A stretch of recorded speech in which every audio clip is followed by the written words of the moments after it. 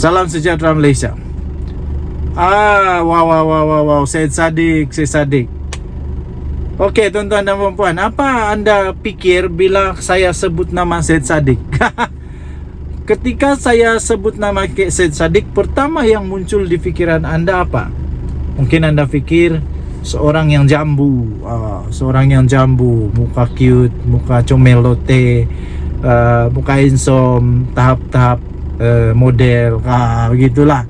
Atau mungkin anda teringat, dia adalah pemimpin politik yang paling muda yang pernah disabitkan bersalah oleh mahkamah dalam sejarah Malaysia. Atau anda juga mungkin fikir macam-macam lagi lah, ya, macam-macam lagi.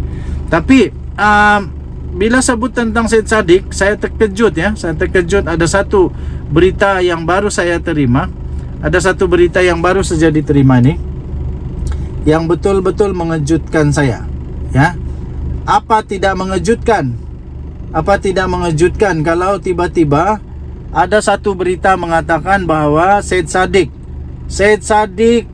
mengheret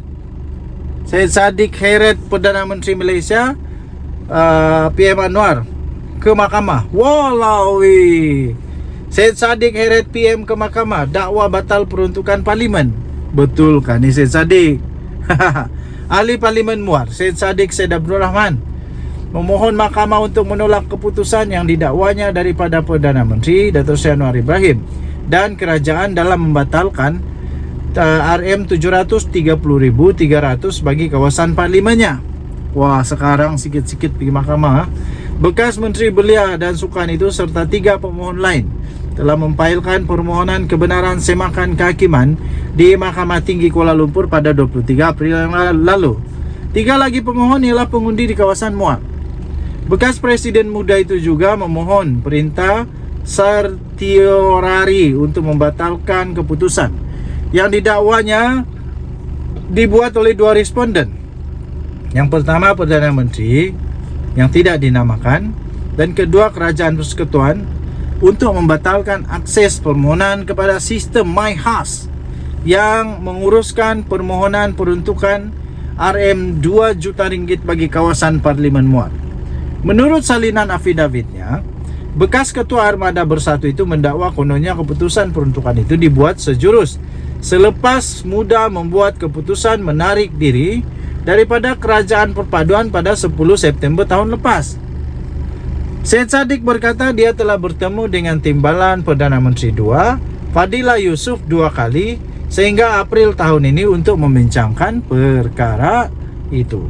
Namun katanya Perdana Menteri Datuk Seri Anwar Ibrahim dan kerajaan masih gagal menyalurkan peruntukan yang didakwanya itu ialah untuk ke kawasan Muar. Menurutnya, 5 ahli parlimen pembangkang yang berikrar menyokong Anwar serta merta mendapat peruntukan penuh ke kawasan mereka. Syed Saddiq Syed Saddiq menyebut ahli parlimen Labuan, ahli parlimen Jeli, ahli parlimen Gua Musang, ahli parlimen Kuala Kangsar, dan ahli parlimen Tanjung Karang. Permohonan semakan kehakiman diwakili oleh firma guaman Tuan Lim Wei Jiet. Okey, so ini memang pelik. Itulah, dulu sudah dalam kerajaan, ketege-hege mau keluar dari kerajaan, entah apa pasal pun kita tahu. Nah, sekarang baru tege-hege balik, nak minta itu, minta ini. Saya fikir kalau dia tidak keluar dari kerajaan, punyalah mudah, punyalah senang untuk dia dapat semua itu kan. Sekarang siapa susah? Siapa yang kena diri sendiri? Padan muka atau kesian, tepuk dada tanya selera. Sila tinggalkan komen anda. Denyut Nadi Suara Rakyat bergema di channel ini. Bye-bye.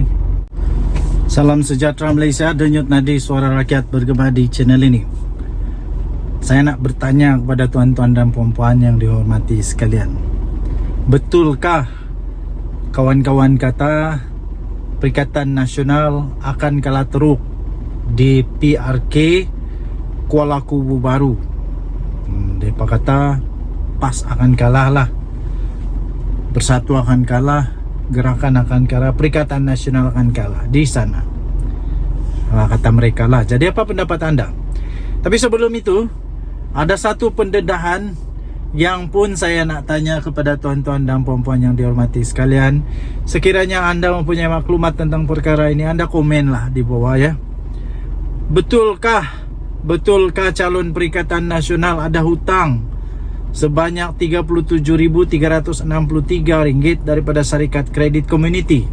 Ini yang sekarang ni heboh satu Malaysia ni. Akhirnya pemuda PH cabar calon PN untuk dedah aset dan liability. Selama ini Perikatan Nasional bukan main lagi mencabar ya, cabarlah itulah. Sekarang kenapa tak pula berani kalau diorang yang kena cabar?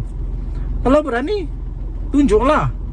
Pemuda PH mencabar calon PN untuk mendedahkan aset dan liability beliau. Ini kerana tular dakwaan kononnya dia ada hutang dengan sebuah syarikat kredit community bernilai Rp37.363. Saya pun tidak pasti apa maksud syarikat kredit community ini, tapi syarikat kredit community ini selalu dikenali sebagai apa? Alung. Kalau di sini syarikat kredit community ini, kalau orang kampung dia fikir itu semua alung, tapi bukan semua alung. Pemuda PH mencabar calon PN Khairul Azhari Saud untuk mengisytiharkan aset dan liability-nya. Susulan tularlah satu dakwaan bahawa dia sebenarnya sekarang ini sedang menanggung hutang sebanyak Rp37.363 dengan sebuah syarikat kredit community. Ketua Penerangan Pemuda PH iaitu Amar Tan berkata Khairul Azhari perlu membuat pengisytiharan itu demi untuk membersihkan namanya. Beliau berkata setelah kontroversi berkaitan kelayakan akademik, Khairul Azhari pula sekali lagi dikatakan pula berhutang dengan Alung. Wah, malah dia telah mengelakkan diri apabila ditanya oleh media mengenai dakwaan ini. Kalau betul-betul dia ada hutang dengan Alung, adakah ini satu indikasi bahawa dia akan menjadi seorang wakil rakyat yang baik? Adakah dia ini menjadi tanda bahawa dia akan menjadi seorang wakil rakyat yang baik? Ataupun ini akan sebagai tanda bahawa dia sebenarnya tak boleh dipercayai? Tak pastilah. Anda boleh komen apa pendapat anda.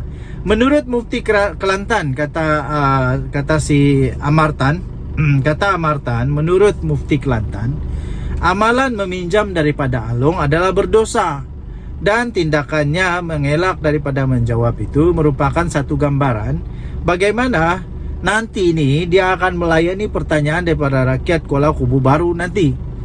Kalau daripada persoalan daripada media pun dia tidak mau jawab, yang penting nanti kalau dia sudah menang, kalau rakyat nak minta tolong dia, nanti silap-silap dia buat perkara yang sama.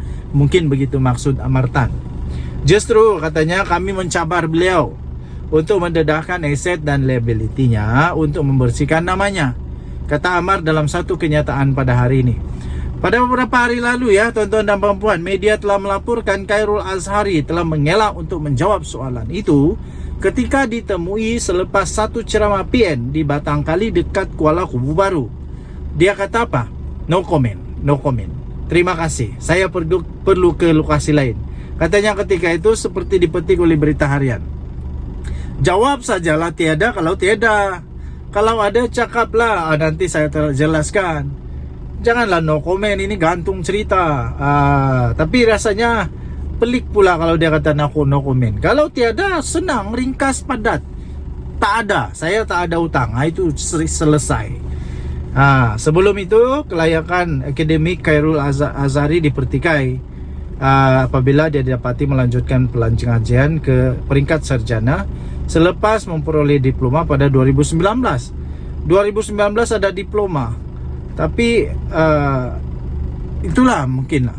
Bagaimanapun Universiti Malaysia Pahang Al-Sultan Abdullah atau UMPSA menjelaskan dia memang memiliki sarjana eksekutif pengurusan perniagaan dari institusi pengajian tinggi berkenaan.